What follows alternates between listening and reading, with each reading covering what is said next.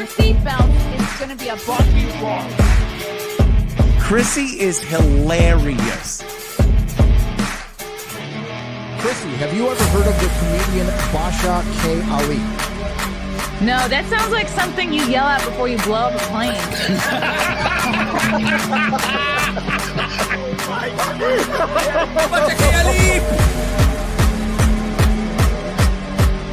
30 seconds remaining. But you know what good thing to say? I doubt people stand up to something. I haven't been disrespectful to you at all. I was very confused by the title, Everything Everywhere All at Once, because that's also what we call it when Ash takes off his shirt.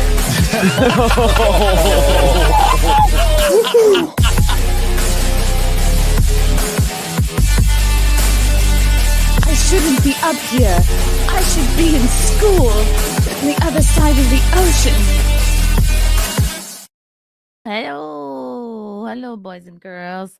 Welcome to Mayor in the Morning. We're back. It's 11 o'clock. I know I'm late. I'm sorry.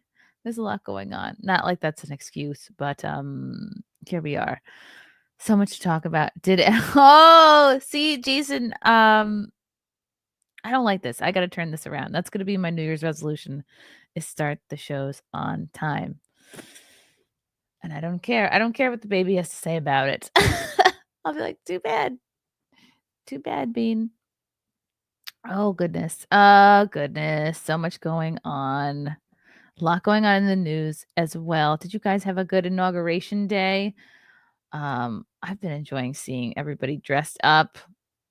But like, who can afford a $2,000 ticket to the inauguration? My gosh. My favorite part about seeing everybody at the inauguration and like in their ball gowns and stuff is seeing how rich people are. That's what I'm realizing, is like, damn, where'd you get all that money? Okay. Wow. What do we want to talk about first? This woke bishop, I think. Where did this person come from? This woke bishop. Everyone's talking about the woke bishop. This woman, she looks so much like the roommate I had when I lived in Queens for 4 years, who would eat my food and move items off of shelves that she deemed were her shelves.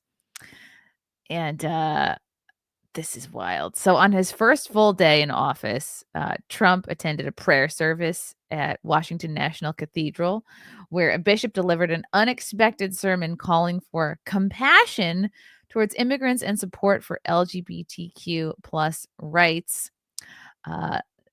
Let's see. Her name is Episcopal Bishop Marianne Edgar Budde, or is it pronounced Buddy? My buddy and me. Anyway, she urged Trump to show mercy, highlighting the fears of immigrants and LGBTQ plus individuals under his administration's policies. Trump dismissed the remarks, calling the sermon not too exciting. Okay, he had to very much downplay this. And I'm going to play this for you. I'm sure you've seen it, but I'm going to play it for you in case you haven't. I want to know this lady's story. How did this woke bishop sneak by everyone? Don't they vet people? Like, you take one look at this woman and you're like, uh-oh. Uh-oh. What's gonna happen? You know? I already know. Don't you already know what she's gonna say before she says it? It's the haircut. It's the haircut, and it's the physique of a woman who owns multiple cats. Wowie. Here we go. Final plea. Final plea. Mr. President. I mean, it is Washington, D.C., so they probably got tons of woke people in the church out there. Millions have put their trust in you. And as you told the nation yesterday, you have felt the providential hand of a loving God. In the name of our God. And now this is great because all these people know this is Eric Trump here, Don Jr. in the back. This is, I think, Laura Trump, Ivanka, Jared's over here. This is Tiffany. I believe she's currently pregnant. Correct me if I'm wrong. This might be Tiffany's No, this isn't her boo. This is Kai Trump, his granddaughter, and this might be his other grandson. And that's Melania. Good to see her face finally. And JD Vance here, and his wife. Her name is escaping me, but she looks fabulous. She looked fabulous the whole inauguration. These people all know the cameras are on them. Trump definitely knows the cameras are on him. So as soon as this woman launches into this diatribe, they have to be pretty careful to watch their faces, because they're gonna be memed to the heavens, and Trump just doesn't need any negative press. I mean, he's gonna get negative press. The legacy media will think of something negative to say at every turn here, but he's not gonna give them anything. So he's got to be stone-faced through this whole thing. I ask you to have mercy upon the people in our country who are scared now. At that point, you're like, okay, here we go. And now it's just great. I love that the camera is on them, because you can see who's going to be the first to make a face. Tiffany wins. She's like, get a load of this broad. There are gay, lesbian, and transgender children in... Ivanka, look at her blink. It's a kind of blink where, like, you want to do an eye roll, but you know you can't. There are gay, lesbian, and transgender children in Democratic, Republican, and independent families. Look at JD. What is her... I have to look it up. JD Vance wife name. It's like Usha. It's Ursha. Usha. Not Usher. Usha. She's like,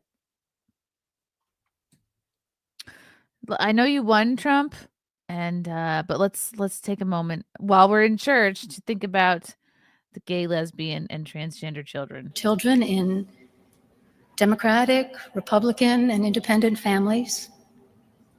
Some who fear for their lives. If a kid fears for his life because of a president, that's a failure on the parents' part. Okay, like, kids really should not be too aware of politics or who's president. It's the job of their parents to make them feel safe, secure, loved, no matter who's in power. They shouldn't even know or care. I mean, you might have a middle schooler who cares about politics, but I just I don't like where this is going already. And the people who pick our crops and clean our office buildings, who labor in poultry farms and meat packing plants, who wash the dishes after we eat in restaurants and work the night shifts in hospitals, they may not be citizens. Oh, I wish we could have a lip reader on the case here. The brown people, there can't be any white people who do these jobs. They must all be brown or black. Trump, think of the brown people. Shifts in hospitals, they may not be citizens or have the proper documentation. But the vast majority of immigrants are not criminals. They pay taxes. Oh, look at Laura. And are good neighbors. They are faithful members of our churches and mosques, synagogues, wadara, and temples. Don't forget about the Gurdwara. This is the first time I've heard this word in my life. What is a Gurdwara? Gurdwara. Oh, it's a Sanskrit place of worship. For sheiks. Sikhs? Okay. We can't forget about the Sikhs. The sheiks? I ask you to have mercy, Mr. President, on those in our communities. Mercy. Have mercy. What do you think he's about to do? Get real, lady. Children fear that their parents will be taken away, and that you help those who are fleeing war zones and persecution in their own lands to find compassion and welcome here. Our God teaches us. No, not pray for the like, look, if you're an immigrant who wants to come to this country who has kids or you're gonna have a kid, don't you owe it to your kid to set a good example by coming here legally? So, like, when they get older and they ask you about how you came to this country, you can set a good example and say, "Well, we went through the process like everybody else."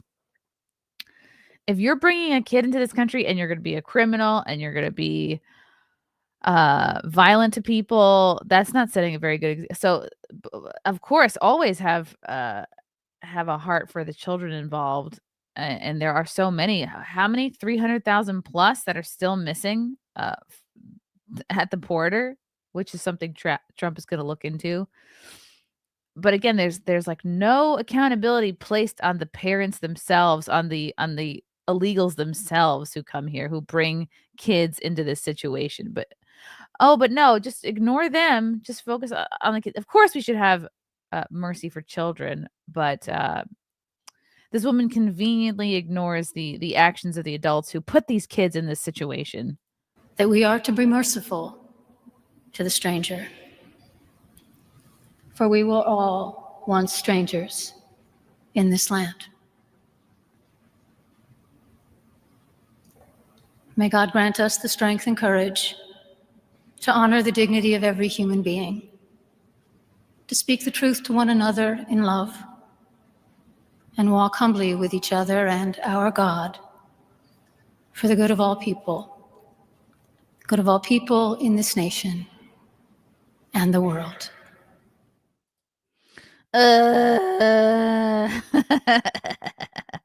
What do the people say? Jesus, look after this brave woman and keep her. Okay, all right. So this woman, this dude is a fan of this wolf in sheep's clothing. Ooh. Okay, there are some fellow wokies in here, some TDS in the comments. The look on JD's face says it all. I agree. The look on his face says he's an individual with a high ego that's easily bruised. What? Wrong take. Treating others with kindness and compassion, renamed woke stuff. That's what they'll take away from this. Oy vey. Tell that to the illegals who are here attacking women violently and doing crimes and other horrible shit. But Trump has to be the one to overlook all of that. Okay. His first priority are the people in this country, okay? Our own citizens. Now, Mr. Trump knows why the Kremlin don't like Anglicans. I'm with Bishop Marianne here. Mercy should have been given to Lake and Riley. Mm-hmm.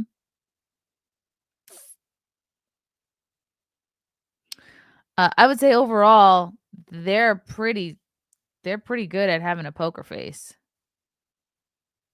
To all those who were killed by illegal immigrants wanted mercy too. Bingo.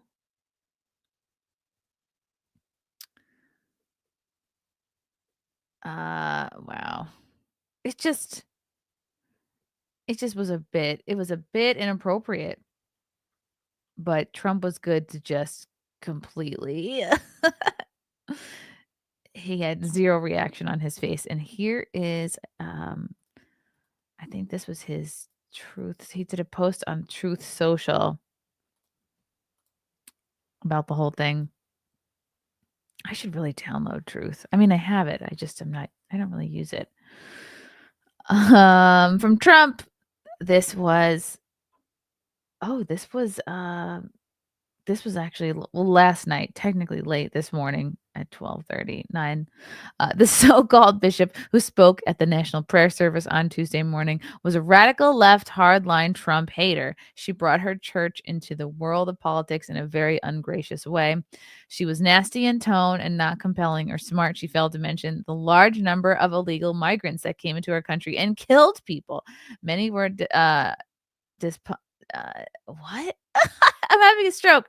Deposited from jails and mental institutions.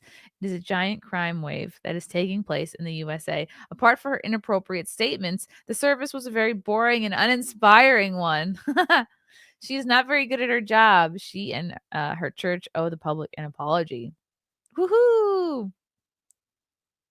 Floridians beware. A Cuban legal immigrant friend of mine said he was in a store in a small town in Central Florida, and a woman was walking around shopping. A group of, he believed, illegal immigrants speaking Spanish said, "She's good to take." What? He watched the situation and saw her boyfriend approach her from another part of the store, and they left her alone. Beware of your surroundings. Wow. Yeah, this stuff is happening all around us. She said exactly how many in America feel, but Trump doesn't care. Wow, it's really sad that people actually feel this way, that Trump doesn't care about a certain type of person. He cares about our citizens and putting America first. And look, the illegal immigrants with kids should not have put their kids in that situation by coming here illegally or dangerously. That's the point. She was spreading tolerance and kindness, but of course took it as a threat. No, he's not threatened by her. Trump is a dipshit, what she neglected to include as she, is this even a word or am I stupid? Excoriated POTUS about his position on illegal immigration was that her Episcopalian church will not defend the lives of the unborn. Oof. So her selective righteous stand on life excludes the 1 million American babies aborted each year. Oh, okay. So it's one of these like woke churches. Brought her church into politics and then proceeds to bring his politics into church. He's just responding to what happened. Wow. Are you judging? Will you cast the first stone? A lot of TDS being coming to the surface again. Oh wow, that's Marianne Budde.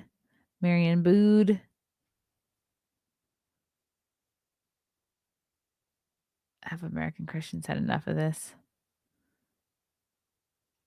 Boy, what do you guys think about this? What does her Twitter say? Yikes. She could use a little blush. I don't know. I'm sorry. If you work in a church, does that mean you can't do makeup? I guess it's not a priority. Wow.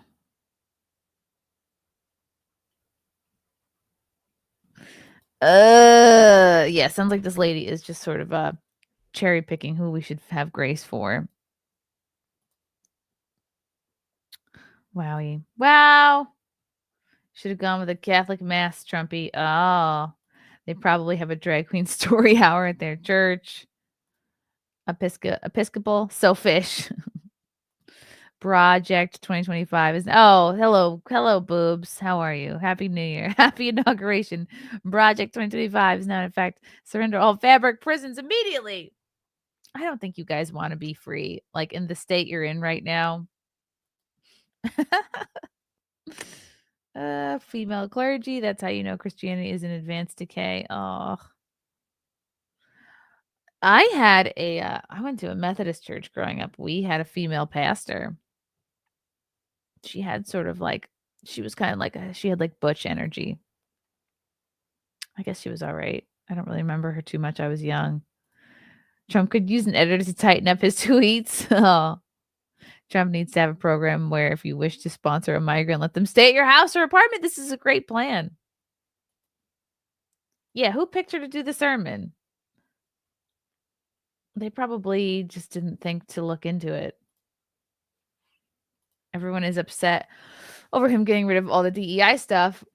Right. Like he's going to kill all the LGBT people. Yeah, no, that's not really a priority, I don't think. Hello, K-Max. Oh my goodness. Oh, hello, Mark Zart. Good morning, Chrissy, Frank, Baby Frank, Muffin and Waffles. How are you enjoying the new golden age so far? Feels good, Mark. Thank you. Oh, hi, Frank. This is an Episcopalian church which greatly departs from the word of God in the Bible. I didn't know that. Is that Episcopalian churches in general or just this particular one in DC? Episcopalian is like the participation trophy sect of Christianity. Ugh. Yikes. Hello, K Max. Thank you for the orange boy. This woman has zero compassion for the Americans displaced by all of this migration. Seems tiring to say we can take in the whole world as long as they don't commit crimes. The American people never receive her compassion. Exactly, K Max. You get it. Oh,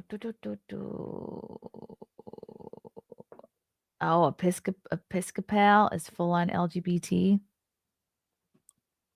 Is this the one in DC or just in general? Oi. I guess if that yeah, I don't know how that came to be. Oh, the Episcopalian Church made a post talking to Trump about migrants. Oh. Let's put this up.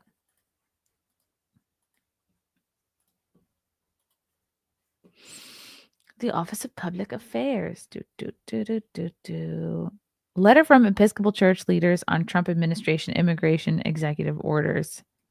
Wow, people are really shitting their pants, I guess. Dear people of God in the Episcopal Church, yesterday Donald Trump was sworn in as President of the United States. We pray that he and all of our elected officials will, in the words of the Book of Common Prayer, have the wisdom and strength to know and to do God's will and be filled with the love of truth and righteousness. Did anybody ask that of Biden? Who let in everybody? Didn't care what crimes were committed? Strange. Even as we gave thanks for a peaceful transfer of power, we learned from news reports that the new presidential administration has issued a series of executive orders that are a harbinger of President Trump's pledge to deport undocumented immigrants at a historic scale, restrict asylum, and direct other immigration actions. We read this news with concern and urge our new president and congressional leaders to exercise mercy and compassion. I'm sorry, did the people who murdered American citizens exercise mercy and compassion? Especially towards law-abiding, sure, but I don't think the law-abiding are the first up to be deported.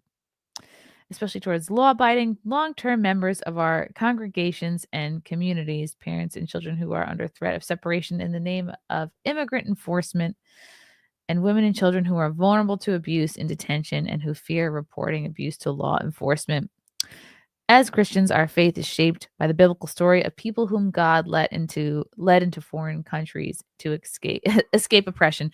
Exodus tells us the story of the ancient Israelites escaping slavery in the land of Egypt and wandering in the wilderness without a home. In Leviticus 19:33 through 34, God commands that we remember this sojourn as part of our own story of faith. When an alien resides with you in your hand, you shall not oppress the alien. The alien who I just keep thinking of like outer space aliens. The alien who resides with you shall be to you as the citizen among you. You shall love the alien as yourself, for you were aliens in the land of Egypt. Now, as Paul tells us in Ephesians 2:12 through 19, we are no longer aliens. Christ Jesus has made us citizens. God, how long is this? Has made us citizens with the saints and members of the household of God. As we read in 1 Peter 2:9 through 12, we have received God's mercy. We must demonstrate the sacrificial love in our lives and deeds. What about like that? Thou shalt not kill. What about those commandments? No mention of that. Because our true citizenship is not here on earth, but in heaven, we are called to transcend the earthly distinctions made among us by the leaders of this world. We must proclaim that the kingdom of heaven is promised to the persecuted and answer Christ's call to welcome the stranger among us. The vision of God's kingdom, this new reality, is the one to which we Christians are pledged in our baptism above any political preference or policy, and to which our church must bear witness through word and deed. The sacred call shapes both our church commitment to stand with migrants and the ministries of congregations across our church who serve valuable immigrants and refugees in their communities. Since the late 19th century, the Episcopal Church has followed this call by welcoming immigrants and refugees to the United States. And today, Episcopal Migration Ministries is one of the 10 resettlement agencies through which refugees enter this country. Our Office of Government Relations is a persistent advocate for immigration resolutions adopted by General Convention and works with, oh my God, here's another word, I don't know, ecumenical and interfaith partners to urge compassionate and humane policies that at the same time recognize the need to protect borders and address security threats. Thousands of Episcopalians participate in this ministry of advocacy through the Episcopal Public Policy Network. As more immigration enforcement policy changes are announced, our church-wide ministries will continue to provide practical pathways to protect the most vulnerable among us. Okay, that's good. Good for you. So this is like an activism church. We invite you to join us by advocating with our members of Congress by using this action alert to take action to protect immigrants, known as Dreamers, who were brought to the United States as children and have lived here most of their lives. The longstanding Deferred Action for Childhood Arrivals program that offers a respite from the fear of deportation is at risk. And Congress must take action, stand against mass deportation using this action alert. So these are what? Email templates? Let me click on that. Yeah, I guess so. Activism church. Support orderly border management that is proportional and humane and respects the right of asylum. Supporting programs that protect vulnerable groups of people, including temporary protected status, deferred enforcement departure, humanitarian parole, and the U.S. Refugee Admissions Program. Speaking out against anti-immigrant rhetoric and actions, including race-based targeting, vigilantism, violence, family division, and detention, and deportation without charges or convictions. As Christians, we must stand against these expressions of hatred and fear with a clear witness to our sacred promise to respect the dignity of every human being. Encourage our congregations to use the resources of the Office of Government Relations and the Episcopal Policy Network as we embody the gospel through direct witness on behalf of our immigrants and our communities. Across our church, migrants are members of the body of Christ, and part of our congregations and communities in our common life is richer thanks to their contributions to our siblings who are at risk of deportation for being separated from those you love. Know that your story is our story, and your dignity is inseparable from our own. We stand with you, and we face these challenges together. As one church united in the body of Christ, please pray especially for families who live under the shadow of separation. I mean, I guess you could all go back together, right? That would be a way to avoid being separated. And for all who seek asylum, for protection from persecution. Pray too for the people of our congregations and dioceses who work tirelessly to serve immigrants and refugees who now face new heartbreaking challenges to their ministry. Finally, as faithful Episcopalians who we've done for decades, please join in giving generously to the church. And lastly, give us your money. Okay, it sounds nice.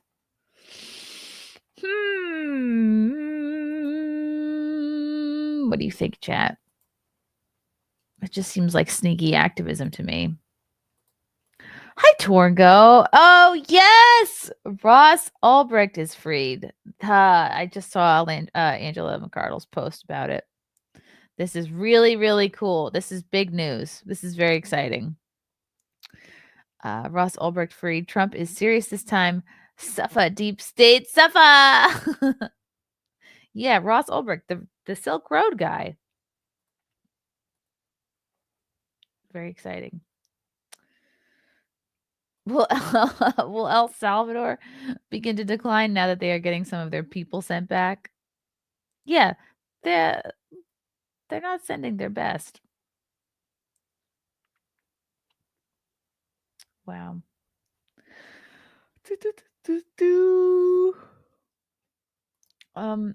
I think they have been freed. Oh, okay, but a pardon might be nice. I thought they'd already been pardoned. It is more than being freed. He got a full pardon, so his past is completely wiped. Wow. That's so exciting.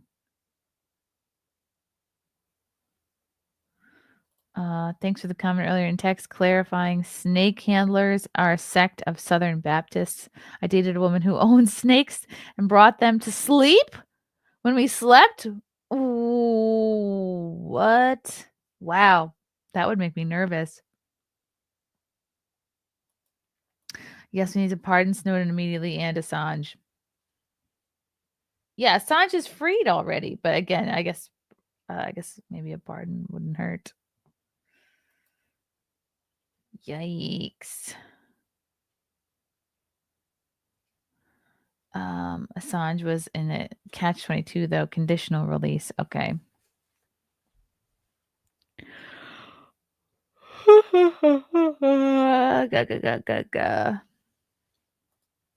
Hello, Mark Zart.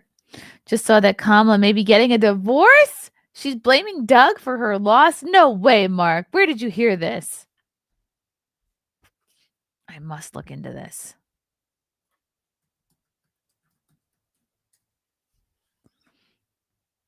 Oh my goodness. Called him dead weight? Oh my gosh. Can that be real?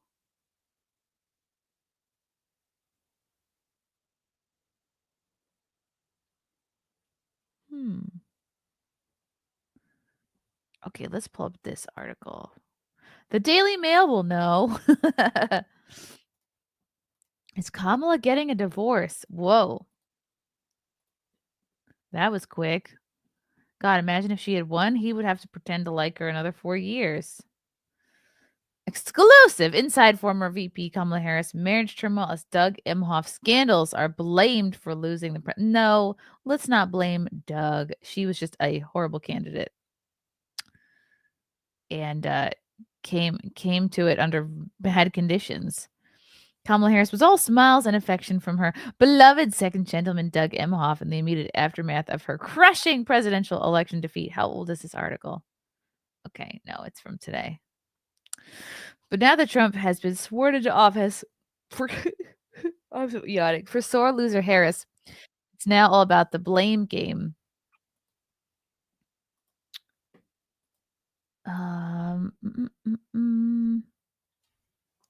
And her target has flipped her to dead weight husband as she weighs her political future, maybe a 2026 run for governor of California. That's not going to happen. Or another try for the nation's top job 2 years later. She has to consider whether Emhoff is an asset or a liability. One source exclusively told DailyMail.com there's plenty of blame to go around as far as Kamala is concerned, and Doug has his share. Doug did Kamala no favors during the election. Frankly, he looked like a hypocritical ass after the bombshells that he got his child's nanny pregnant. Oh, no. He got his child's nanny pregnant while married to his first wife. Woo! And assaulted his ex-girlfriend on the heels of his I Am a Woman crusade. That's not good. Despite their brave united front at the inauguration and at Jimmy Carter's January 9th funeral, those close to the couple believe it's not all hunky-dory between them. And word is the husband of California girl Kamala is already signed up for a job with Big Apple Law Firm, which would require them to split their time between New York and Los Angeles.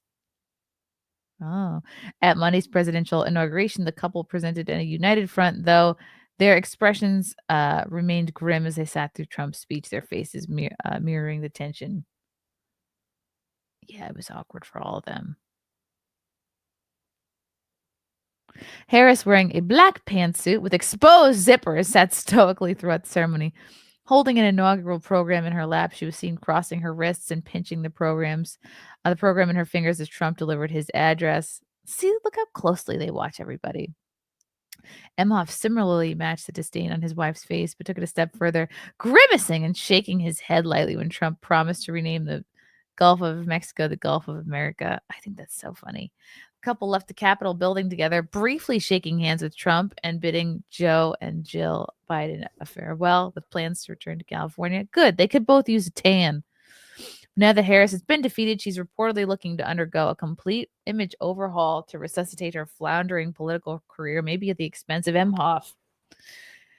As Daily Mail exclusively reported, she plans to write a book which could give her finances a multi-million-dollar boost.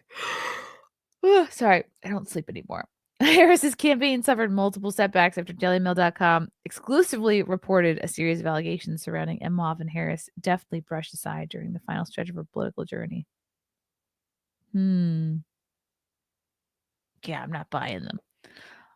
Oh, this is her desk signing on January 16th.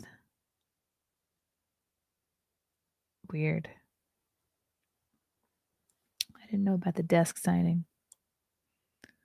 Oh, Jill Biden gave Kamala a long hug.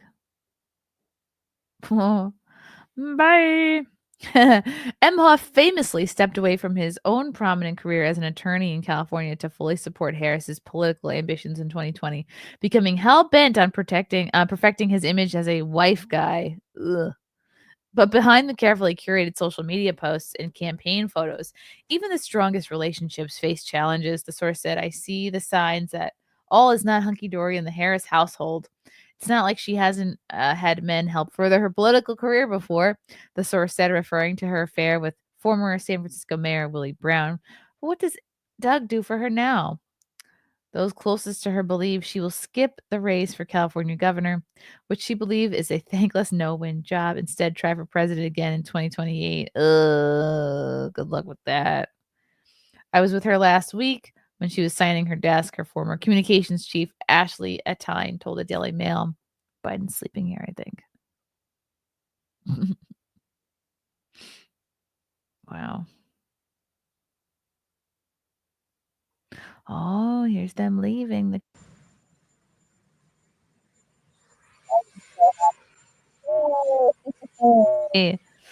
I'm done. I can go off whatever drugs they have me on. Jill Biden does look great in this purple outfit, though. Gotta hand it to her. Very chic. Usha looks great, too, in that pink Oscar de la Renta getup. Matching jacket and coat. I mean, jacket and dress. Wow. Biden. You guys at the time? Oh, what are they talking to them about?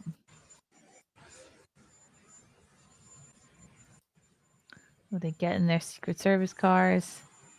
Whoever this is must have a super zoom lens. Oh, wow. Goodbye. Have a good one. See you, losers. Ooh, not Air Force One, but a different little Air Force Green. Oh, she's wearing boots? Bye. Bye, losers.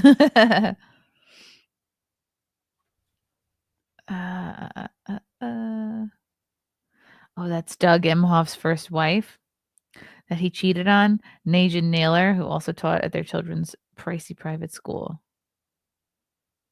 Wow, she really doesn't look good in this photo. Oh. When Kirsten split from Emhoff, their daughter Ella was finishing third grade. Naylor was Ella's nanny at the wow. Oh. She told me, you know me well enough to know that I'm not going to go away quietly. Over the summer, DailyMail.com exclusively reported a series of allegations surrounding Emhoff that Harris attempted to brush aside during the final stretch of her political journey. In August, we reported Emhoff had an affair with Najan Naylor, his daughter's nanny, while still married to his first wife, film producer Kirsten Mackin, an illicit fling that allegedly resulted in pregnancy and subsequent miscarriage. Oh, that's sad. A source claimed Emhoff paid Naylor $80,000 in exchange for signing a non-disclosure agreement, and that the affair played a part in his 2009 divorce. But the controversy didn't end there. In October, a former girlfriend of Emhoff came forward alleging a disturbing incident during an A-list event in Cannes, France in May 2012. According to her, Emhoff slapped her so hard in the face after she thought she was flirting with another man that the blow spun her around, leaving her shocked and disoriented. Yikes. Wow, he looked so much better here 10 years ago. Wow. It was a booze-fueled altercation. Oh, what mail is this? An email provided by the friends written by his then girlfriend gives the location of the hotel in Nice. Wow.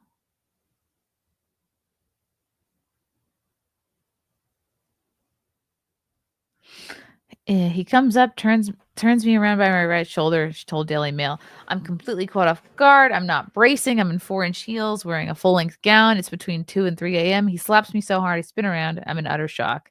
Emhoff has since admitted the extramarital affair, saying, during my first marriage, Kirsten and I went through some tough times on account of my actions. I took responsibility. In the years since, we worked through things as a family, and I have come out stronger on the other side. But he has denied, though. He has denied through an anonymous spokesperson ever having slapped his girlfriend, who said any suggestion that Doug would ever or has ever hit a woman is false. Emhoff also faced reports from his former colleagues at the Los Angeles law firm Venable, where he worked from 2006 to 2017. They described a work culture marked by misogyny, claiming Emhoff allegedly yelled expletives, held a man-only cocktail hour in the office, revoked work perks from women who didn't flirt with him, and preferred only young, attractive associates to accompany him in limousines to professional events. We call that being old school. Harris has never publicly commented any of the allegations, instead choosing to shy away from the controversy. But the Democrats' golden girl, known for her relentless drive, is now tarnished and has to face the reality of her marriage potentially crumbling following her loss to Trump. Her marriage crumbling has nothing to do with the election. So it sounds like he's just a dirty dog. Poor Doug Emhoff. Wow. It just was not a good run. That's all. It was not good. Okay. La la la la la la la la la. We'll see if they get divorced, huh? Wow. Good. Start anew.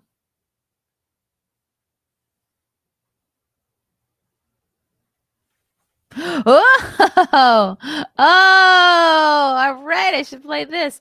Remember when Doug Emhoff planted a big old smooch on Jill Biden? I forgot about this. Rumor has it that Doug Emhoff and Kamala are getting a divorce. And this is from a couple months ago, speculating that it's because she lost the election. Look at this little smoocheroo.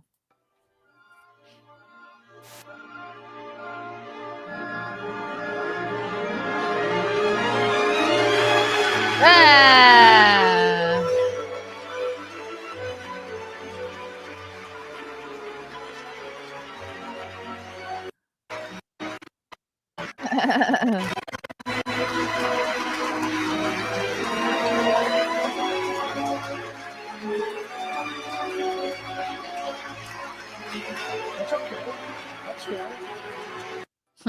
Ugh. Oh, Doug. Someone's going to have to supervise him. Oopsie. Oh, thank you, Mark. Oh, okay. Oh, you guys are having Push-Up's always talking about something Russian in the chat. Giving a new meaning to the term cocktail hour. Yeah, definitely, Courtney. Faux show. Oh. Ugh. Well. Yeah, I think she'll be better by herself. She's a strong, independent woman anyway. What does she need Dougie for? This was fun. So Lauren Sanchez, Jeff Bezos's main squeeze.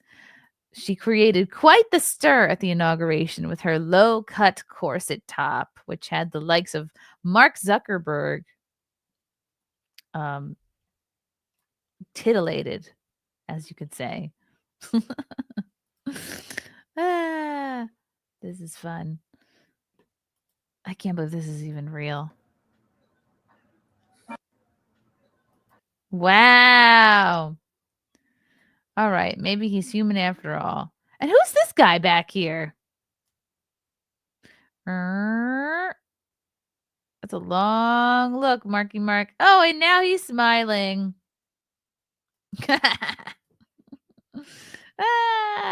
What you looking at, Mark? Well, she wouldn't put them out there for the whole world to see if she didn't want people to look. I don't care who you are. Her outfit is inappropriate. Yeah. I think for an inauguration, it's inappropriate. Looking at a nice rack is back. Zuckerberg, after seeing it, you better not be posting the truth in here. Oh, he looks so weird. He's got like basically black eyes. Mark turned Republican, and he is already on that game. In his defense, I reckon they have a very open marriage. Nothing screams like come have a little fun with us in the bedroom, like being half naked in public at every event. It's a bat sign. Oh, you mean Bezos and Lauren? Yeah, that would make sense. Bezos' broad is hit with the teenage boys, not including Barron. Oh, this is the AI version. He looks like Bill Schultz in this a little bit. This guy is just AI. We're at such an interesting time for AI right now. Proof it's actually the real Mark and not an android for once. Oing. Zuckerberg looks like he's gonna start turning on the charm. The button. The button's doing a lot of hard work. Men being men, still not cool. Jeff who? What kind of weird picture is this? Did Bezos text him and say, check out her cans? He will never live this down. How long until he is asked to address it? The little boy giggle. All men are the same. Hey, how do you not look at boobs? It takes incredible strength and discipline.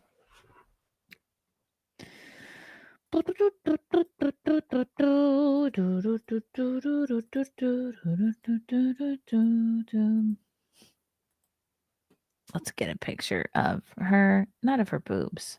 Fine, let's show a picture of her boobs. Why not? I'm going to show this other picture of her outfit. She was like, let's give them something to talk about.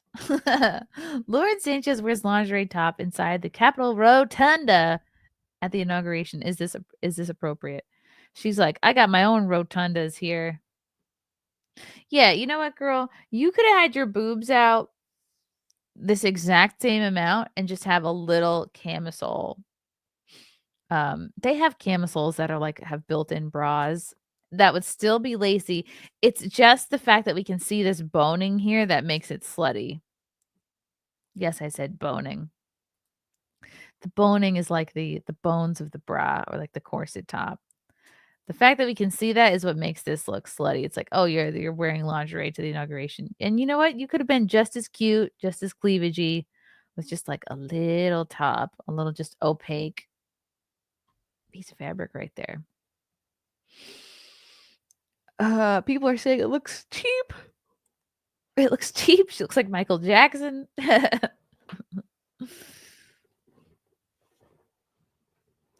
Is there no dress code for the inauguration? The stripper at the ball. Lauren Sanchez is displaying her lingerie. She's trash. Woo. Fetterman dresses like he's going to a middle school football game. Oh, yeah. Fetterman wore shorts to the inauguration and a Carhartt sweatshirt. What's worse? I think the shorts are worse. Wow. Yeah. There's Fetterman's shorts. He's such a lumbering goon. Like, no one's going to say anything. No one's going to stop him. This reminds me of like the one girl in middle school. Her name was Lynn Hasday. Lynn, if you're watching this, I was inspired by you, but she always wore shorts. It could be like January in like the middle of winter, freezing cold. She would still wear shorts to school every day. I think she became a lesbian. But that's what this Fetterman look is reminding me of. Wow. And who's this guy back here who's looking? Busted, Zuck. Wowie. Yeah, a little too much. Ah.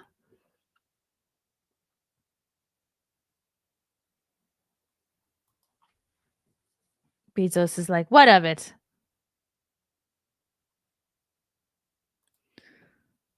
She's my girlfriend.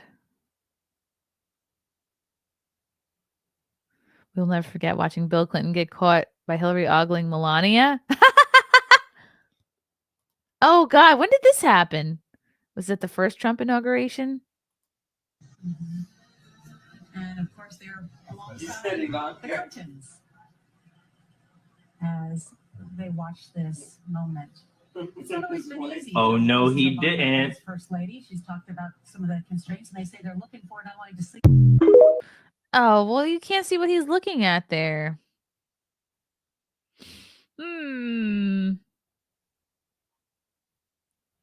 She wanted to be the talk of the inauguration. She knew what she was doing. This is very deliberate. Are you kidding me? Look at all that. That's no accident. She's like, why not? Why not make a headline in my life?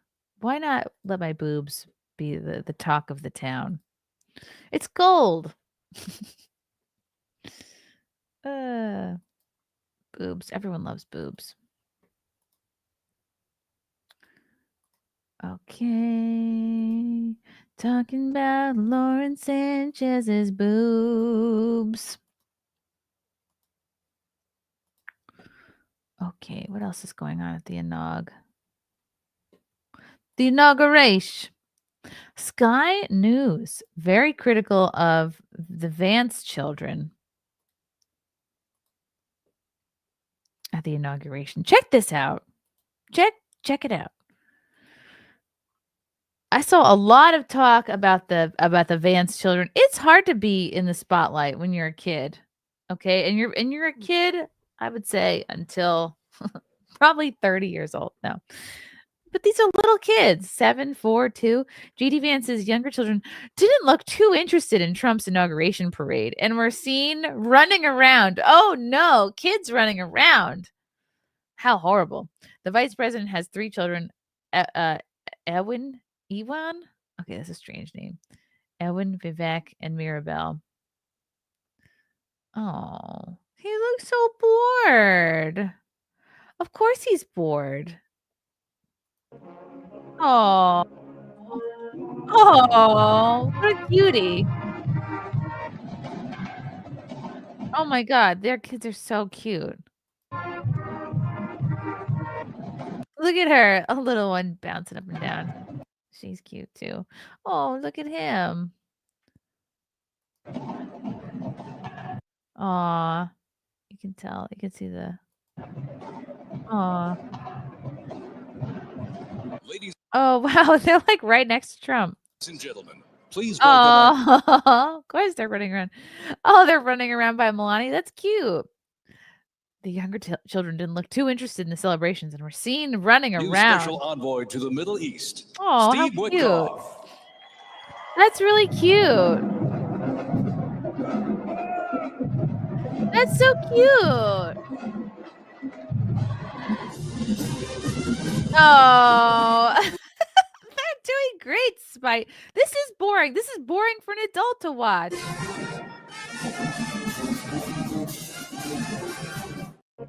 Oh, this is gonna be like an iconic shot. This is gonna be in their living room. That's so cute. Of course it's boring. They're probably not allowed to bring any kind of toys or books with them. Because that would be even worse news. Be like, oh, the J.D. Vance's children seen playing with toys during the inauguration. Terrible. Couldn't he have them chained to the radiator in the basement? This is exactly why you guys are becoming more and more irrelevant. I'll rewrite the headline for you. Kids behave like kids at the inauguration. This is what you're reporting on. Geez, you're the enemy of the people. How many eunuchs and crooked-toothed childless cat ladies do you reprobates employ? Criticizing a 2-year-old for being bored is absolutely a new low for you guys. Breaking. Kids behave in childlike manner. Parents appear to behave parentally. Known grandfather acts grandfatherly. More at 8. Yeah, whoever wrote this for sure does not have kids. You're more of the get rid of the kids before they become a problem like this kind of organization. Why is the fact that toddlers get bored after a long day, tiring day, even remotely newsworthy? Or is it just another desperate attempt to put a negative slant on what was an amazing day for America? No wonder your channel is on its last legs. JD has a son named Vivek. That's kind of crazy. which is so weird, right? Because my toddler absolutely loves politics. She just sits there taking it all in and asking questions like, so mother, in a constitutional republic, does it really make sense to have the glitz and glamour of Inauguration Day after a hard-fought election season? Might the masses mistake this for elitist braggadocio versus a celebration? Were the media invited as well? How will this play in the history books? Yeah, tell me you have no kids without telling me you have no kids. Of course they were bored. Little kids get bored by pomp and circumstance. This photo might remind you how universal it is. Oh, sweetie. This is the best part of the ceremony. It's so refreshing to see the kids front and center. Yeah, it was cute. Wow. In which Sky News demonstrates to the world they have no clue what parenting is. Trump and Vance allowed the kids to be kids. This is why Catholic Mass always has crying babies and wandering kids. Maybe don't suck so much at being human. Well, yeah, at Mass there's usually a quiet room, like a crying room, where you could take the kids if they're really being loud. How desperate do you have to be? Wow, this is not looking good for them. Wow. I'm focused on how the Trumps reacted to the kids. No discomfort, no indignation. Perfectly natural to have small children playing in front of them. Yeah, that's cute. Yeah, they're not trying to move them out the way or like hush them down. They're so cute. Oh. They're in uncomfortable clothes for hours. Oh, he's got a teddy bear there. Okay. Oh, that's cute. He's got something. They probably have minimal toys. You wonder if they have a couple toys, but like they can't. No, probably not. Because what are you gonna say? You can play with your toys, but don't bring them above the wall there. No, they probably get like one bear each. Oh, it is overwhelming. Poor little beans.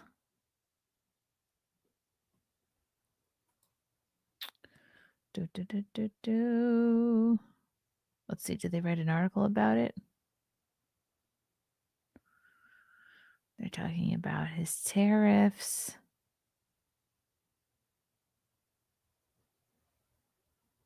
No. They just had the problem with the little kids running around. Oh, they're so cute.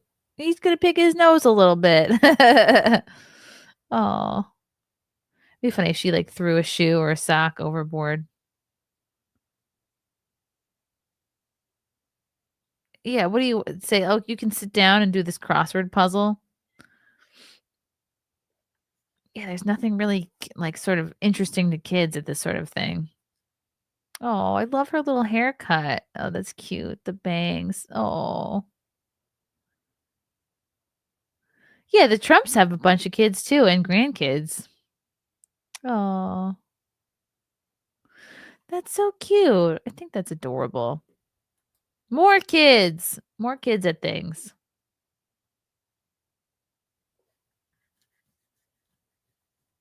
Yeah, if Joe was there, true. If Joe was there, he'd be trying to sniff all of them. Yeah.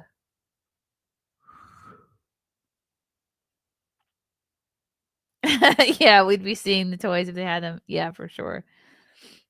They'd be throwing them overboard. Yeah, ugh. Kids will be kids.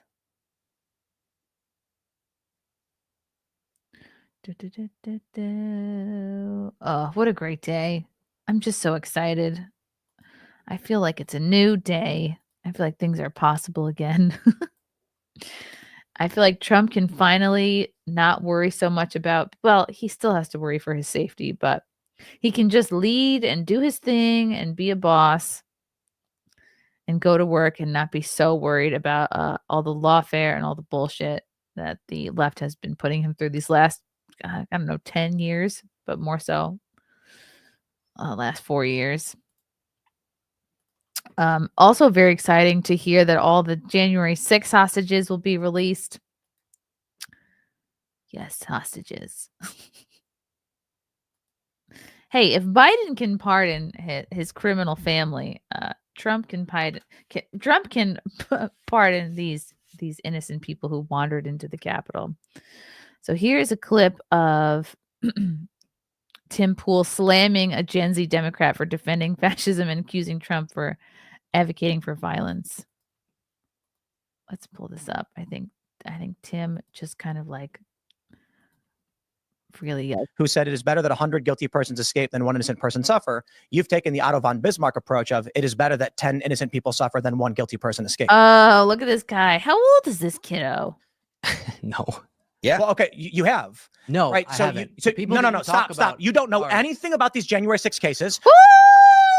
I love this already. Yes, Tim. Fire it up. You don't know why these people are in jail. You don't know that a man is in Brooklyn right now for 3 years without charge or trial. And when Donald Trump says these people have been held for too long, you say, no, Trump is wrong. Keep them locked up. That's fucking fascist. Ooh. Dude, you have you've been. Look at him. He looks like this little guy hasn't been challenged. He's just shocked. This guy's stunned. Dude. You've been sitting here with no knowledge of the specifics of some of these cases. There is a man in Brooklyn right now. I'm going to say it again. No charges whatsoever brought. And he's been in jail for 3 fucking years. Wow. For you to sit there and say it is good that he remains locked up is fascism. That is saying the hierarchical system of the courts and the government is just, and the process is all that matters. And I am saying perhaps 3 years is enough, because I actually have moral logic and an understanding of these cases. Hence, my position on January 6th has always been the people who have attacked police must go to prison. But 3 years is a fucking long time for assault on an officer. We have seen people on the far left, notably when they were firebombing shit all across Minnesota, 33 people murdered. And how many criminal charges do we get for this? When they firebombed a police station and forced the police to evacuate on May 29th, 2020. I know this is a few weeks old. I'm catching up on it. When thousands of far leftists firebombed the White House grounds and set fire to St. John's Church and injured 100 police officers, how many fucking people went to prison for 3 years? How many of them who never showed up on that day are in prison for 20 years? Enrique Tarrio wasn't even in D.C. on January 6th. And you are saying that man his only crime was, quote, don't leave. That's his only crime. You think he should be in prison for 20 years because you're a fascist. You don't care what the facts are. You don't care if this is unjust. You only care that the machine state has decreed you are not to be locked up. And this is the problem I have with the left. They don't know the facts. They don't care about the facts. They view morality as a blanket government stroke of the pen. And every person, regardless of their crime, should be in prison for decades. I reject it outright. The people who fought cops should go to prison. They did. It's been 3 years. But when you've got people who are on misdemeanor charges for having walked into a building at 4 p.m. after the riot, and I know some of these people, they walked into a building for 2 minutes and walked out, and they got 18 months for that. Shit. I don't see you defending the innocent people who walked onto a public grass at a public building after a riot had been completed. You don't know. You don't care. You've taken a tribal position, and people are suffering because of it. Now you say that Donald Trump saying the injustice that we've seen warrants commutation or pardons. You say that means he's advocating for violence. Wow. This is the ultimate problem. Then you cite right. The left says the same thing in the clip we played. What was it, on Simcast, or maybe it was my other morning live stream, or maybe it was on this other show I did. But it was basically like it was Rachel Maddow on her show saying that all these J6 pardons means that they now can do violence, or that like Trump wants them, that they're just carte blanche, they can do whatever they want now. So stupid. Press release from Maryland saying, but the right's more violent. There is a distinction between a white supremacist as a right-wing group and a run-of-the-mill Christian conservative who showed up on that day not to protest. Let's talk about Brandon Strzok. He never went in the building. He was on the other side of the building. There was a permitted protest. He walked up the stairs and he was yelling. They put this guy in prison. There was Owen Schroyer, who was at a permitted rally, who was yelling death to communists. They put him in prison and specifically cited his speech. My dude, you don't know what you're talking about. And it's fine. I get it. We try to be polite. We try to be nice. But there are so many young liberals who sit here and say, the corporate press told me that these people are bad, and the machine state government has decreed it by pen. So I don't care what crime they committed. I don't care what the jury said. I don't care who was on the jury. Enrique Tarrio, who was not there, should be in prison for 2 decades. Tell me this now. Why is Enrique Tarrio in prison? Yeah, so they uncovered with him his plot to overthrow the government. Enrique Tarry's? Yeah, and his organization. What plot? Who's they? Give me some prosecutors. Give me some fucking data. Stop squinting at me and saying the prosecutors did a thing. You didn't know. You didn't read it. You didn't read the court papers. Wow. All you know is the fascist machine state told you he should be in prison, and you're saying yes to them. Wow. Tell me why. Give me the data. I understand that laws on the books have been there for a long time that I agree with. That if it's proven that you had a plan and you wanted to act on it, and then days after, the proof? The proof. Say the proof. By prosecutors. Say it. Communications between. What communications? What did he say? What did he do? Are you? Is this serious? Are you going to tell me why you think Enrique Tarrio should be in prison for 20 years, or are you going to say the government decreed it? I just explained to you. So the government said so. Is that it? It's usually law enforcement, which I guess is a part of the government. Government said so? Yep. So Law you can't enforcement say that uncovers evidence of communications, a memo that he crafted and sent to his organization, saying what? That detailed each institution of government that they were going to try to overthrow. Then just days later, his organization is at the Capitol. Oh, is he looking something up? I don't think we can even pull up Enrique Tarrio. I'm not quite sure that there's any evidence of that sort. Yeah. You know what? I'll say this. The idea that Enrique Tarrio crafted a memo outlining or they 3 months featured witness evidence issued at Tarrio and co-defense included videos, thousands of messages and encrypted chat groups, as well as a public message on Parler. On or before January 6th, Tarrio convened a Ministry of Self-Defense to coordinate Proud Boys leadership on January 6th. The chat showed that Tarrio, stationed in Baltimore, encouraged the Proud Boys as they attacked the Capitol. Let's figure out what that encouragement was. Are they going to actually say in the article? So here's a citation. Proud Boy and 3 other members of the far-right groups were convicted Thursday in a plot to attack the Capitol. A jury in Washington, D.C. found Tarrio and 3 lieutenants guilty of seditious conspiracy after hearing dozens of witnesses. Jurors cleared a 5th defendant, Dominic Pizzola, on a citizen charge and a significant milestone of the Justice Department, which is now secured a conspiracy, blah, blah, blah.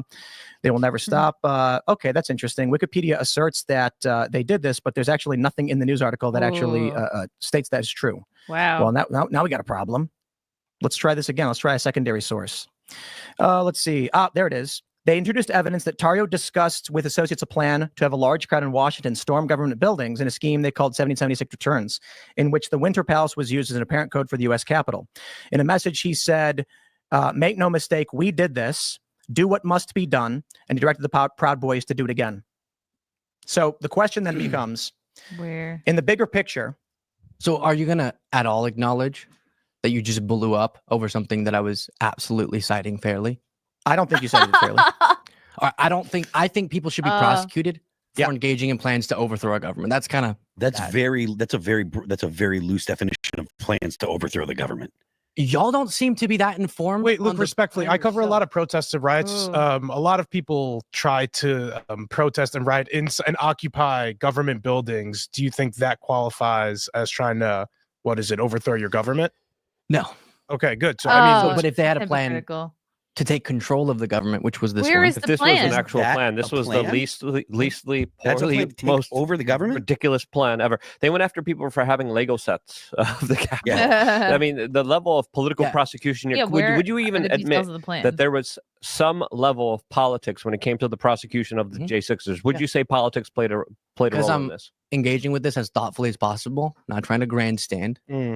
Of course, often for very justifiable reasons, prosecutors will try to make an example of someone who, for example, tried to overthrow the government to prevent the peaceful transfer of power. I see why Capitol building. Such a thing, personally, I reject categorized as sedition, overthrow the government, would be uniquely bad to prosecutors and political in that this all involved politics, right? And thus, I'm sorry, I have to say this. Sent. The Wikipedia article making those claims is not citing any actual proof that they said those things. Ooh, you got fact checked.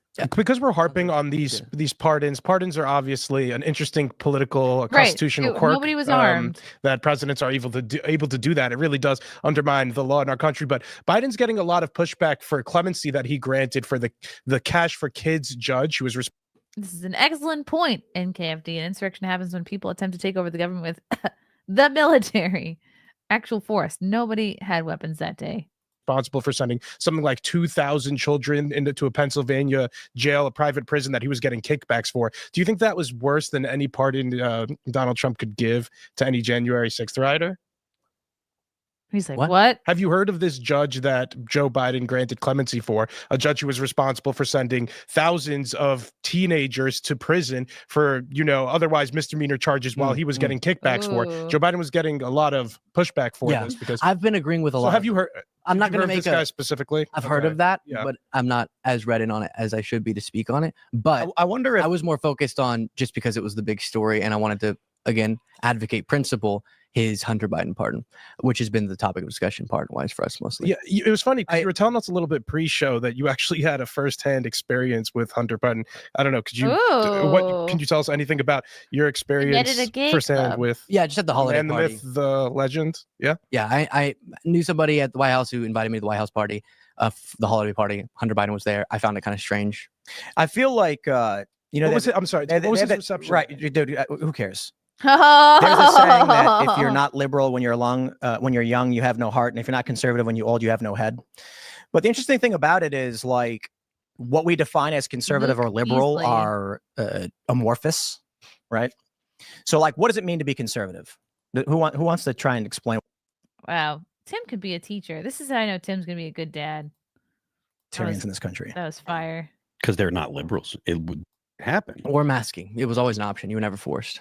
Well, they tried to use OSHA to make it. They required that if you had more than 100 employees, you were forced to issue vaccine mandates. COVID stuff, or masks. Sure, pick one. Yeah, the government forced every company to do this. Yeah, and the government has all sorts of mandates for safety. He is wrong. I worked at a company that forced the vaccine because I tried to state my case for frequent testing, and I don't think I said I would wear a mask. But I think at the time, maybe I would have been willing to keep my job, but it was like, oh, do you want to do frequent testing or do you want to get the vaccine? I was like, I'll do frequent testing. And then they're like, sorry, that's not good enough. We're still going to fire you. So this kiddo is wrong. Or masks. Sure, pick one. Yeah. The government forced every company to do this. Yeah, and the government has all sorts of mandates for safety. And OSHA has no authority to do anything like that, and the Supreme Court found it. Agree. Listen. I'm totally fine if this is your argument. That's fine. I'm just saying that if you think that filing a defamation lawsuit is comparable to the government mandating everybody engage in a medical there's nothing practice more authoritarian than saying we should terminate the Constitution because When did he say that? Election lies pulled up on True Social. The MSNBC comment he talked about. We went over this one with Shank on the terminate the Constitution, and I'll give. Yeah, don't defend that. It's just It's just like you don't. The Constitution shouldn't be terminated. He didn't say that. Pull it up, please. A massive fraud of this type of magnitude allows for the termination of all rules, regulations. We went over this with Jack, and I know that you guys have a tribal reason why you're going to oppose. You're not. No. I think there's just few things that are so succinctly an embodiment of someone's lack of dedication to our Constitution. So let me ask you a question. Him thinking Ann Seltzer. Let me ask you a question. If I said the overturning of Roe v. Wade allows for women to be put in bonnets and red dresses and forced to be impregnated, am I calling for them to be? Yeah, you're alluding to that being, No. So when the Democrats literally said that, you wait, that's the argument? So you agree that the Democrats want to put women in bonnets? Oh, no, I understand that you caught him, Tim. You caught him. Both make an argument that we live in some dystopian reality where this is the case. So here's my point. But Trump earlier in the message was talking about overturning the election. He was saying he would be the one by the mechanism of terminating the Constitution. So this overturn the election results. I'd call this the Covington effect. When was that the Covington kids, or the Sandman effect? Trump said, "Do you throw the presidential election results of 2020 out and declare the rightful winner, or do you have a new election? A massive fraud of this type and magnitude allows for the termination of all." Chief authoritarian crime you could do is trying to prevent the key part of our democratic process, which is the peaceful transfer of power. So, chief authoritarian crime you could do is kill someone without due process, but we won't get into that one tonight. That was Obama. That's right. The point here is, when we're trying to logically understand what is going on, because clearly it's not so easy to say Trump is evil, Trump is good. There's two.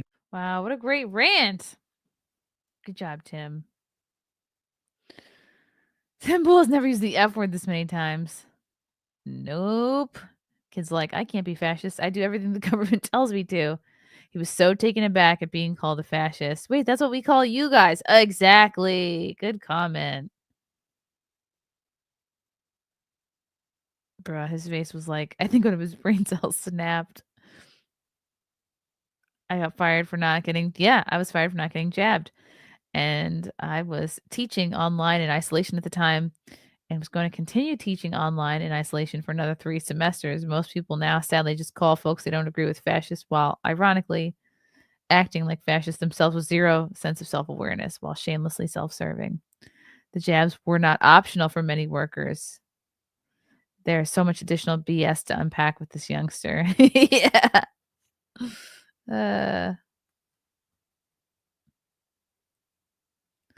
Some people were not in a position where they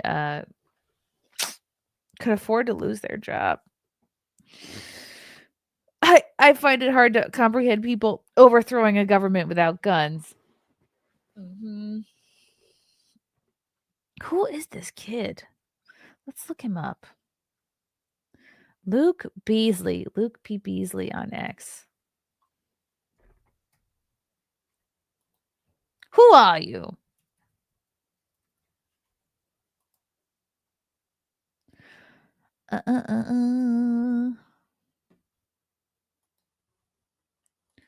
Who are you, Beasley? Let's look up this little whippersnapper. I give them credit for having a progressive on. Progressive political commentator, The Luke Beasley Show. Check out the show.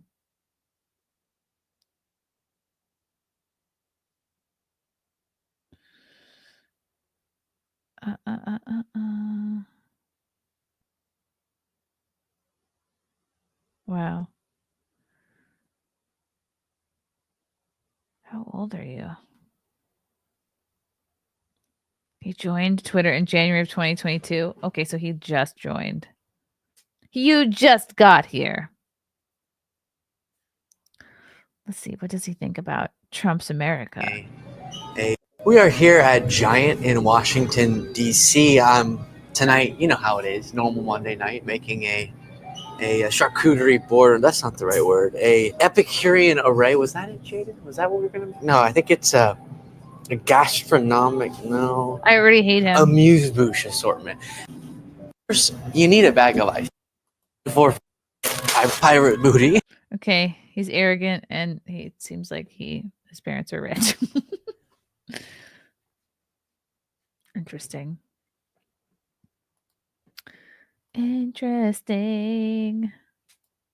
Hi, Ryan. Thank you, Ryan Linder, for the 5. I was nearly fired for standing up against the injection at work. F these commies. They still haven't figured out that they are the fascists.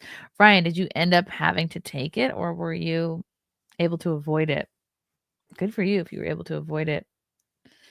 I tried every which way at my old job, and they were not satisfied. Wow, the bishop was just on The View. Of course they were. Oh, of course they snapped up this old hag. The View was like, let's get her on and applaud her. Huh. Bishop Marianne Budde explains her pointed message to President Trump at Tuesday's inaugural prayer service. My responsibility yesterday morning was to reflect, to pray with the nation for unity. I wanted to emphasize respecting the honor and dignity. What is Joy Behar going to say? You seem to have more fearlessness than anyone in Congress right now, ma'am. What made you decide to use that opportunity for this message, or didn't you have any apprehension about it? My response, thank you, first of all, for allowing me to be with you today. My responsibility that morning, yesterday morning, was to reflect, to pray with the nation for unity. And as I was pondering what are the foundations of unity, I wanted to emphasize respecting the honor and dignity of every human being, basic honesty and humility. Everybody knows you don't zoom in or Skype into any of these shows with a window in your background. You got to have curtains. You got to have blackout curtains. You got to have a light on you.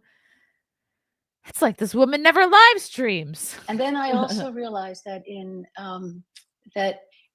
that unity requires a certain degree of mercy and compassion and understanding.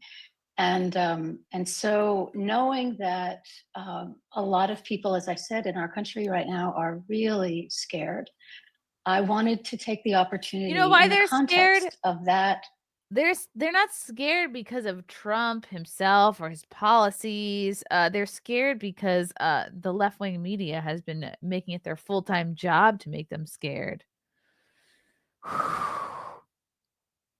It's pretty cruel, actually. Service for unity, to say we need to treat everyone with dignity, and we need to be merciful. And I was trying to counter the narrative that is so divisive and polarizing, and in which real people are being harmed. Oh, you mean like the real people being harmed, like the people that the immigrants are killing, raping, etc. Those people. Oh, what did the people think? What a wonderful sermon. Okay. Oh, look at the scary photo. She's an activist who played politics from the pulpit. Disgusting. Yeah, trans kids. That's kind of icky. She looks like she's on drugs. Budde is a lesbian activist who drove away many people and families from the Episcopal Church. In her words, the gay, lesbian, transgender people will end up being the Episcopal Church. Wow. Of course, she's on The View. Okay, what else here?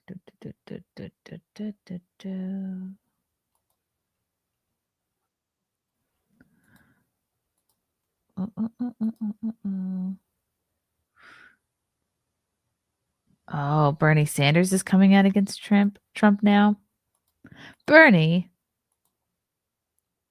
what say you, Bernie? What's he trying to do? Trump inauguration yesterday, and needless to say, I disagree with much of what he had to say. But what really struck me, however, is not what he said, which was not surprising given his rhetoric, but what he didn't say. He didn't say. The simple truth is that Donald Trump gave a major speech, the first speech of his second presidency, and ignored virtually every important issue facing the working families of this country. How crazy is that? Our healthcare system is broken, is dysfunctional, and it's wildly expensive. Oh, Bernie's being Bernie. He never talked about healthcare in his campaign.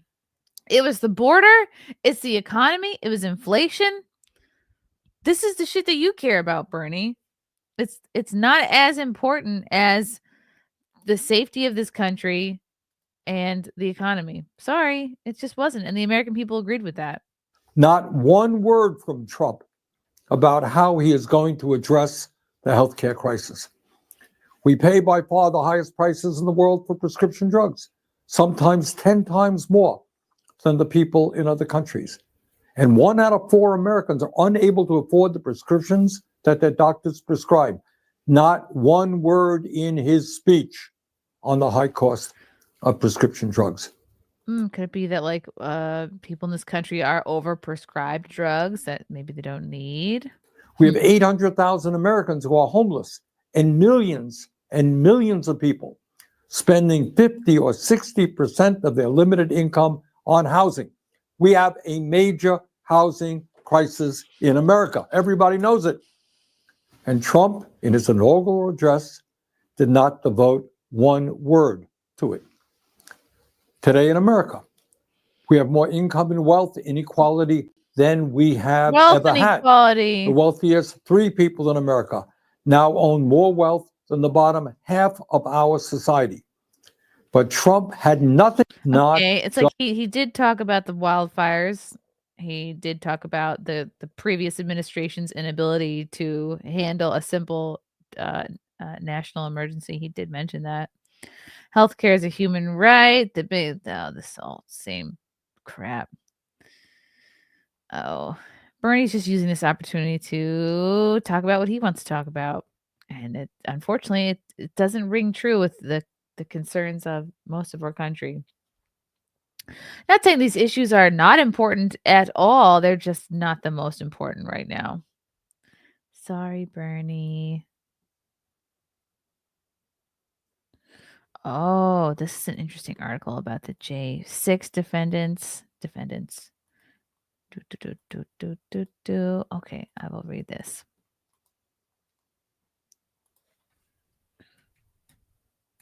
Oh, I'm a member of the Daily Wire. Oops. What happened? All right. I don't know. I want to log in. Okay, well, I guess I don't have to log in to read this article. DC jail reportedly refuses to release some J6 defendants. What's going on? 2 convicted brothers were the only ones released from the jail. Some J6 defendants were reportedly not released from a Washington, D.C. jail on Monday night following President Trump's sweeping executive order offering full pardons, dismissals, or commutations to nearly all defendants. White House liaison showed up at the jail late Monday and said 2 brothers, Andrew Valentine and Matthew Valentine, had been released per Trump's order. However, people gathered outside the jail and said that there were other defendants still inside.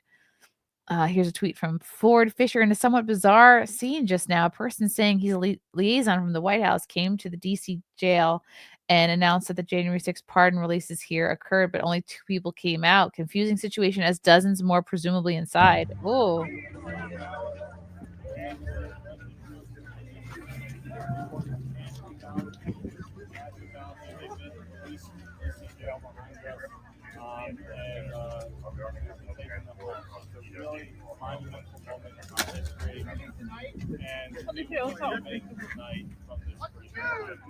Where are they now? Very soon. Whoa!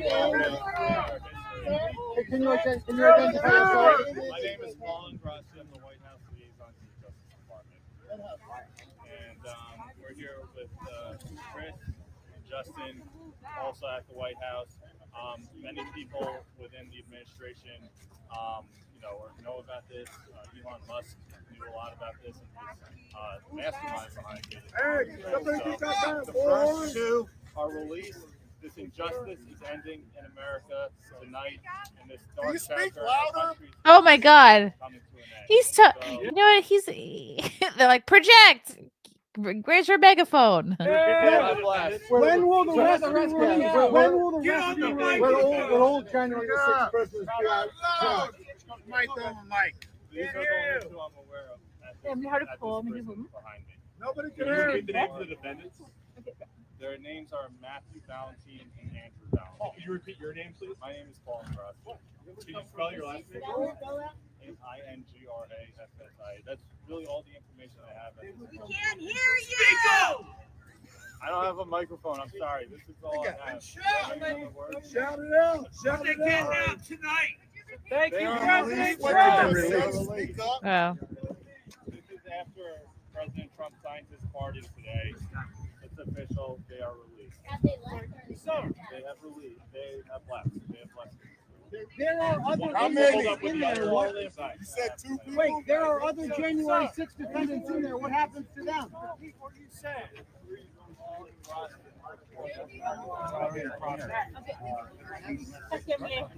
If they're released, why aren't they out here? If they're released, why aren't they out here? When are they coming out? If they're released, why aren't they out here? They're free citizens. When are they coming out? They've already left. They already left. They said they're already gone. They're not here. They're gone. The 2 that they were talking about. Interesting.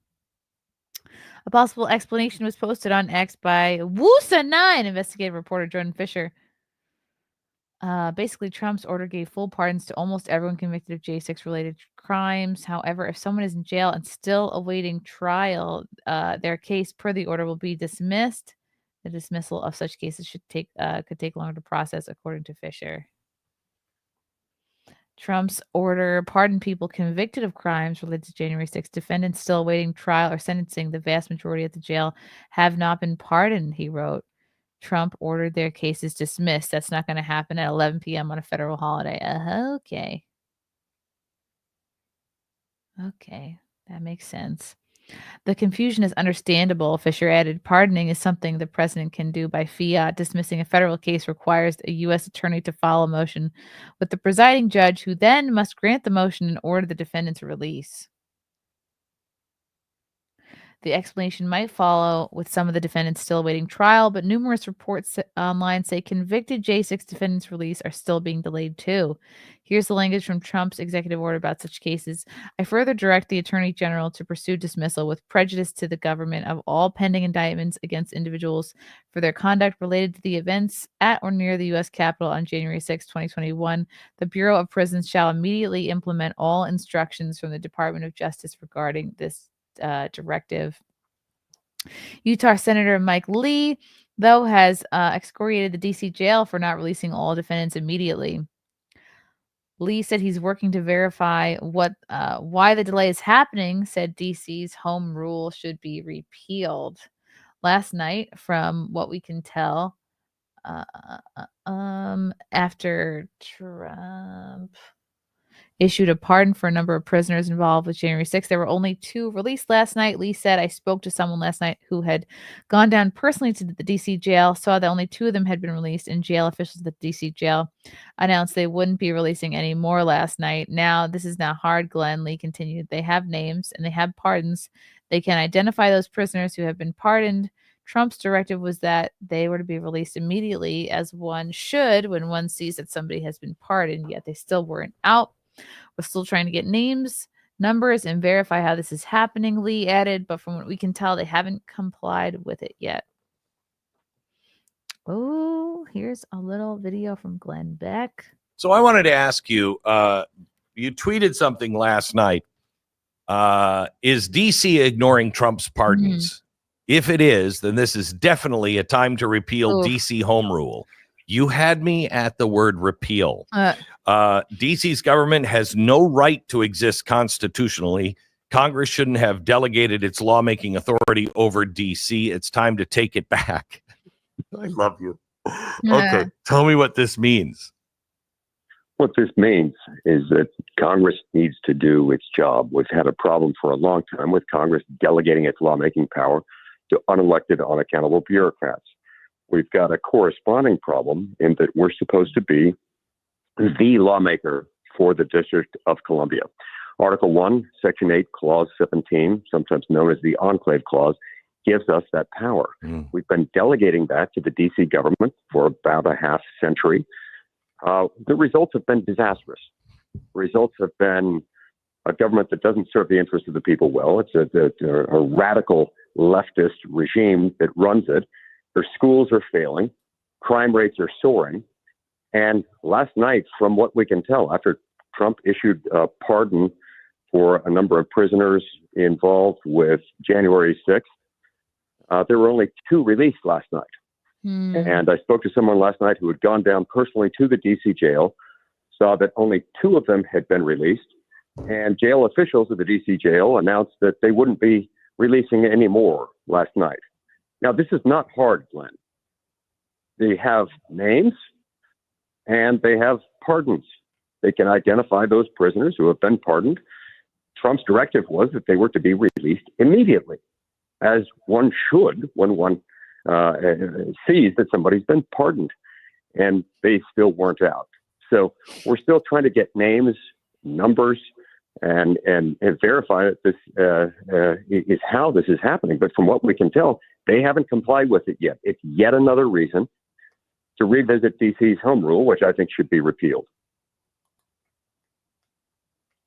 That's extraordinary that they would be that bold and say, because everybody was watching them last night. He was watching CNN last night, and they had, people stationed out there, and they were just complaining that, criminals that had killed police officers on January 6th were just being released.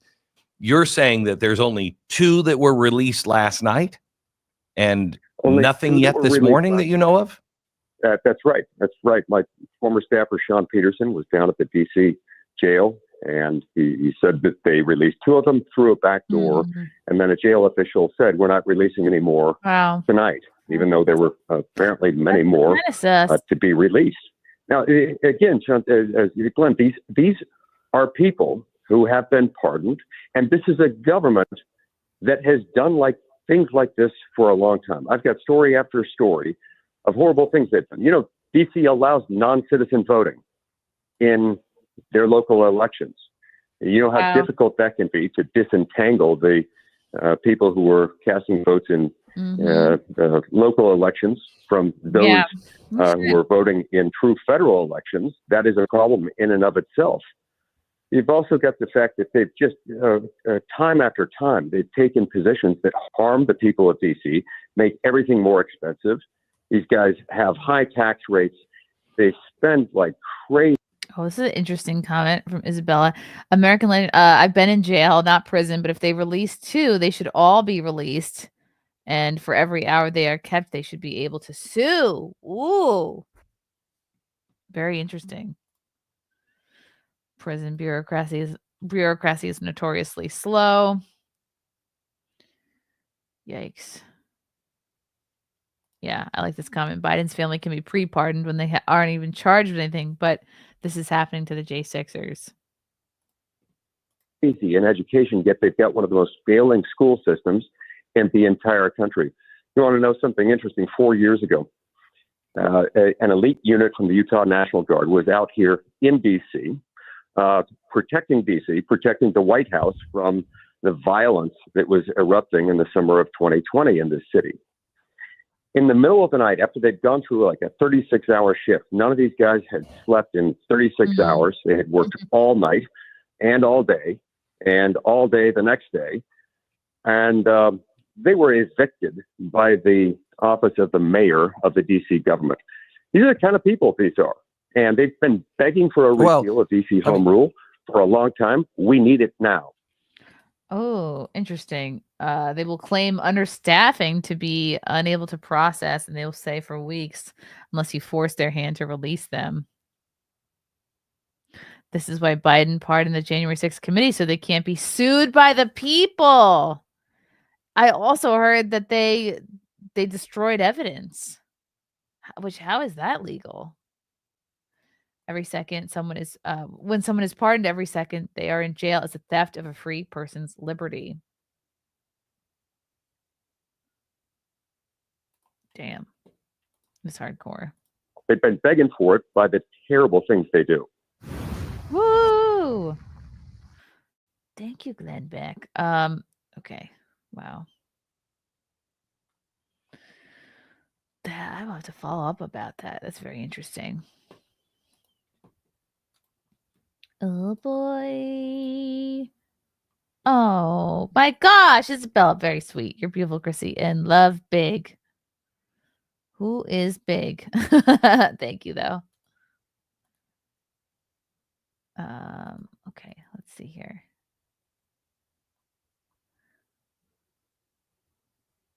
Trump's first news conference was about investing in tech and to lower medical costs. See, Bernie?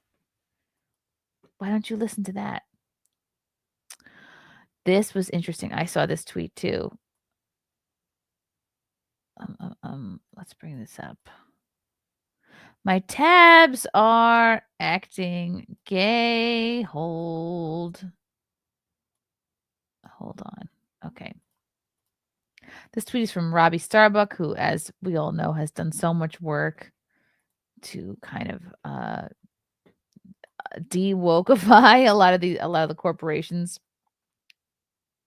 Starting immediately, there is a new flag policy at all U.S. facilities. Only the American flag, prisoners of war, missing in action, and wrongful detainee flags may be flown. No more Pride or BLM flags going forward. I am shocked that there were still BLM flags up anywhere, but okay, this is from, I guess this is part of an executive order. Starting immediately, only the United States of America flag is authorized to be flown or displayed at U.S. facilities, both domestic and abroad, and featured in U.S. government content. The order states the flag of the United States of America united all Americans under the universal principles of justice, liberty, and democracy. These values, which are the bedrock of our great country, are shared by all American citizens past and present. Any State Department employee who violates the new policy will face disciplinary action, including termination of employment or contract or reassignment to their home agency. Put the pride flags away. Nice. The only other flags that will be permitted to fly are the prisoner of war missing in action, POW MIA emblem, and the wrongful detainees flag. The U.S. flag is a powerful symbol of pride. Yeah, it's the ultimate symbol of pride, and it is fitting and respectful that only the U.S. flag be flown or displayed at U.S. facilities, both domestically and abroad, according to the policy memorandum. Yeah, you don't need to have a separate like gay and pride flag because the U.S. flag encompasses all of that.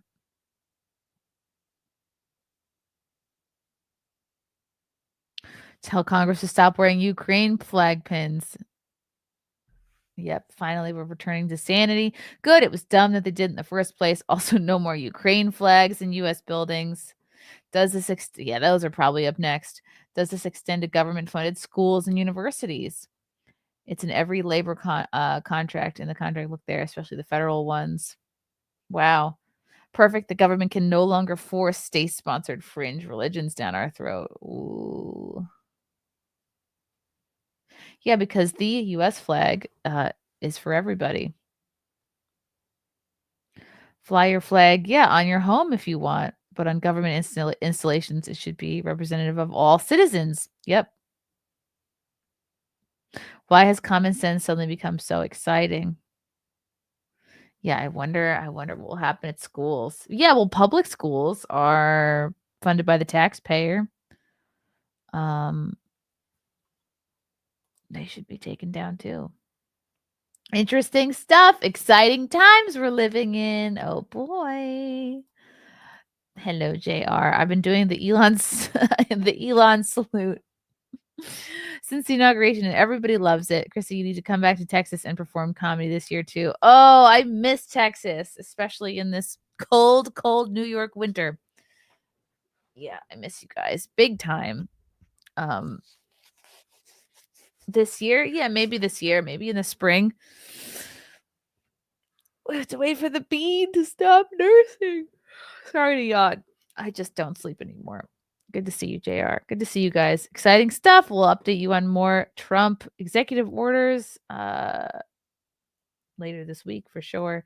Guys, tune in later at 4 p.m. Eastern. I'm going to be on iHypocrites show. So hope to see you guys there. And thanks for watching. Bye.